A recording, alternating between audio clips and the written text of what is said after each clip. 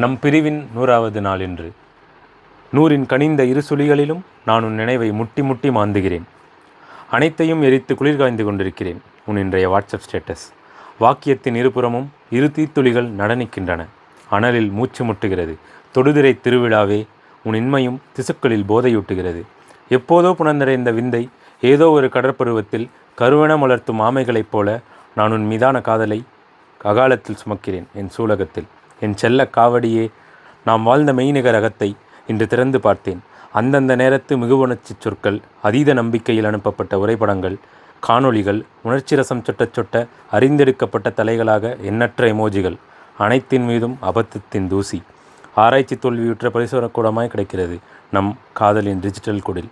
அதன் மூலையில் குந்தியிருக்கும் ஒரு பிசாசு நான் உனக்கு அனுப்பிய முதல் பாடலை முடங்கிக் கொண்டிருக்கிறது. விடியச் சொல்லி கோழி கூவது, இந்த வேளையில் நெஞ்சு தாவது. என் ஞான துந்துமியே, இந்நூற்றாண்டின் பெருங்காமத்துயறினான். ராக்காலத்து துறிஞ்சில் கள்ளிப்பூவில் தேனெடுக்கிறது. என் மதுவுக்குள் நடுவிரல் நுழைத்து போதையற்றவோ நீ இல்லை.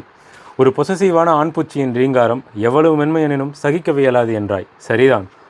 ரவுடித்தனமான மொழியில் கவிதை எழுதி உன்னை கடப்பேன் என்றேன். இந்நூறு நாட்களில் மீள்தல் என்கிற சொல்லை ஒரு வழியாக உன்னால் முழுமையாக உணர்ந்து விட்டேன். இன்னும் எத்தனை சொற்களை உணர வேண்டுமோ? அதற்கிடையில் உன் இடையளவுக்கு பழங்களும் இறைச்சியும் தின்னும்படியாகிவிட்டது. வாழ்வென்பதே பதிலீடுகளால் ஆன புனைவன்றி வேறென்ன? இந்த பிரிவு கைவீசி நடந்து போகிற எரியும் உடல், அல்லது சூரியகாந்தி பூ நினைவில் ஒரு காட்சிப்பிழை. எத்தனையோ நூற்றாண்டுகளுக்கு முன் நீ என் முதுகில் அறைந்த மருதாணி கையின் சிவப்பு என்றும் அழியாத நம் காபத்திற்கு நீ இட்ட கைச்சாத்து.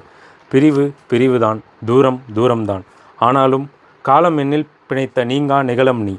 உயிரியலின் கவித்துவமான அந்த மர்ம மலரை இனி யார் நுகர்ந்தாலும் அதில் கமலும் நம் விரக வியர்வை வாசனை. இனி வரும் பிரிவின் எல்லா 100 நாட்களிலும் மீள ஒரே கனவை காண்பேன். புவியெல்லாம் என் காமத்தின் புற்கள். நீ அதை கண்ணீரோடு மேய்கிறாய் நவ்வி.